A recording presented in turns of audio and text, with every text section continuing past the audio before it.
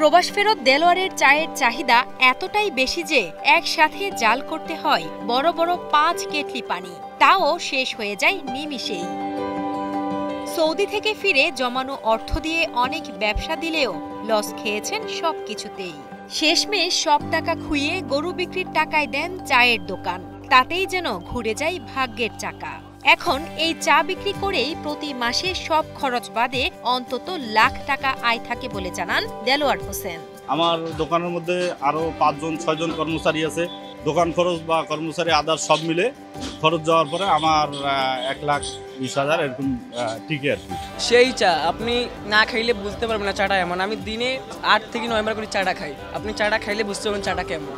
সকাল থেকে চা বিক্রি শুরু হলেও বিকেল থেকে রাত 10টা পর্যন্ত ব্যাপক ভিড় লেগে থাকে রংপুরের সাতমাথা গোল চত্বরে অবস্থিত দেলোয়ার হোসেনের চায়ের দোকানে।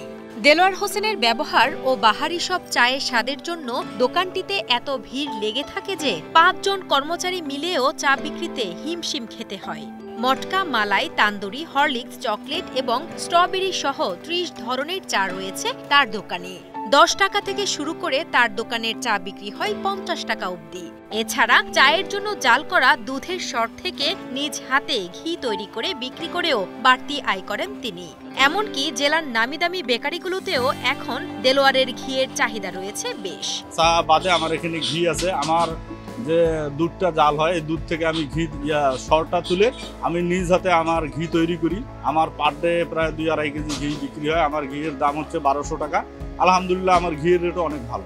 এই মালাই চা খাইতেই খায়া মুখের যে টেস্টটা আধা ঘন্টা 1 ঘন্টা পর্যন্ত থাকে, এই জন্য আমরা 6 কিলো থেকে রেগুলার আসে এখানে এসে চাটা খাই। সন্ধ্যা 6টা থেকে আমি রাত 10টা পর্যন্ত থাকি, মানে এত ভিড় বলার ভাষা নেই।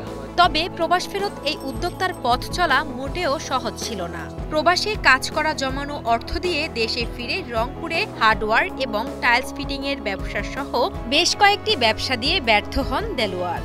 এভাবে গেল এক যুগে একের পর এক ব্যবসায় ক্ষতিগ্রস্ত হয়ে সবশেষ 1 বছর আগে বাড়ির পালিত একটি গরু বিক্রির টাকা দিয়ে চায়ের দোকান শুরু করেন তিনি।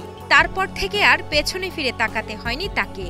তার চায়ের দোকানের জন্য দিনে দরকার হয় 2 থেকে 2.5 মণ দুধ। দীর্ঘদিন বিদেশে ছিলাম, ওখান থেকে ফেরত আসার পরে 10-12 বছর বিদেশ করছি।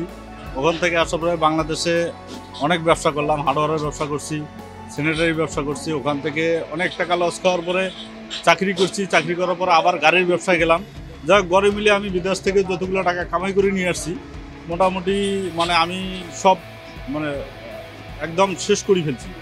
লাস্টে চিন্তা করলাম যে কী করা যায়, কী করলে আমার জীবনটা আবার চেঞ্জ হবে। পরে যাই হোক এই চায়ের ব্যবসাটার মধ্যে জড়িত হই। শুরুতে আমি আসলে অনেক হতাশা ছিলাম যে আসলে এটা করতে পারবো কিনা বা হবে কিনা।